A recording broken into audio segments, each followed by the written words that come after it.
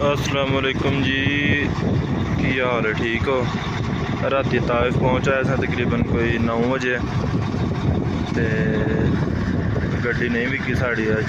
दूसरी गड्डी आई सी वो विक गई है ते गड्डी हुण साड़ी थोड़ी ना पिछा खलोती है ते उत्थे जगह खाली है, हुण उत्थे खला दूँगा।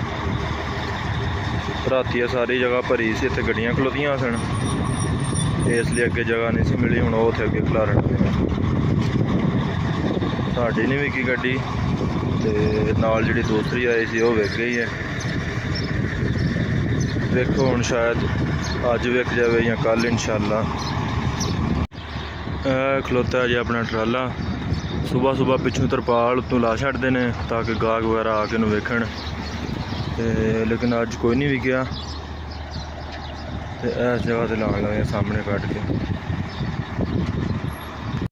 जी गड्डी इत्थे ला दी है, बाकी जी सारी खाली जगह इत्थे सुबह गड्डियां खलोतियां सन लेकिन वो विक गई ने। पहला साड़ी गड्डी इस जगह ते खलोती सी ते हुण इत्थे लिया के ला दी है। बाकी सारियां गड्डियां ने सूक दियां। अज जुम्मा है तो इत्थे परिंदियां वगैरह की सूक भी लगी है, मुर्गियां कबूतर ये वो इस तरह की चीज़ां ने।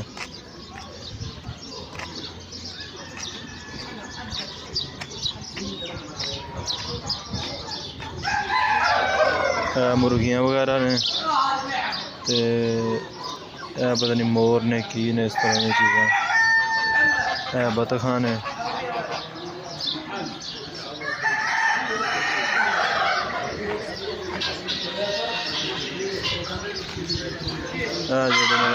चूचे ने छोटे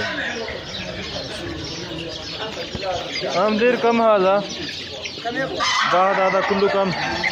كله 6 ريال. 6 ريال واحد هبة. وكم هبة؟ وهذا صغير كله 6 ريال. وكم هبة؟ ممكن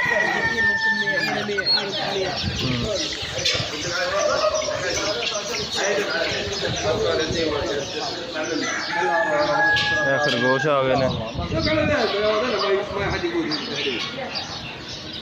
बटेरे ने।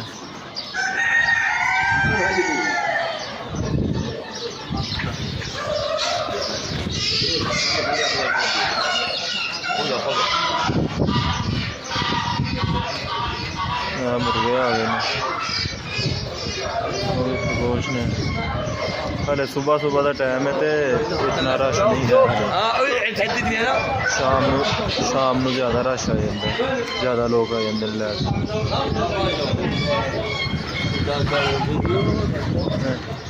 अदांत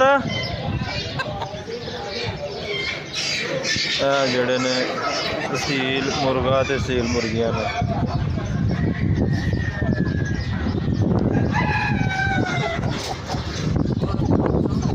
धुप की वजह तो सही वीडियो नहीं आ रही।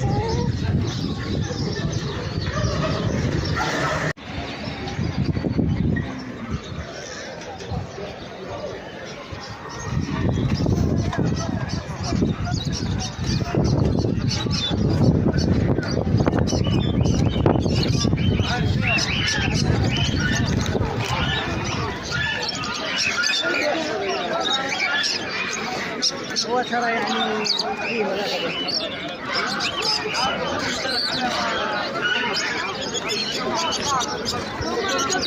عند الطاعن لا يقدر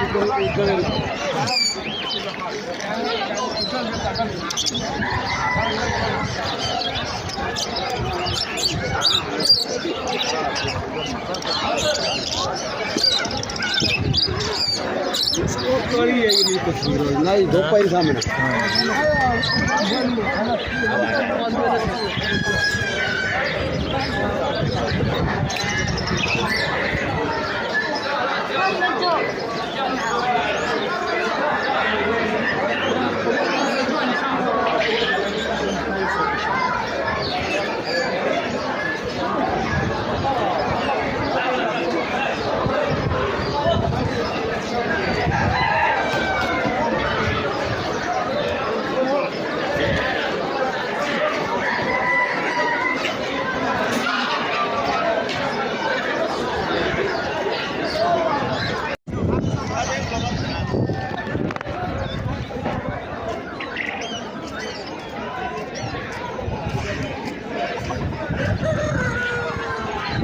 पे था वही बच्चा वो वाला चिट्टा हम्म वो जोड़ी है अभी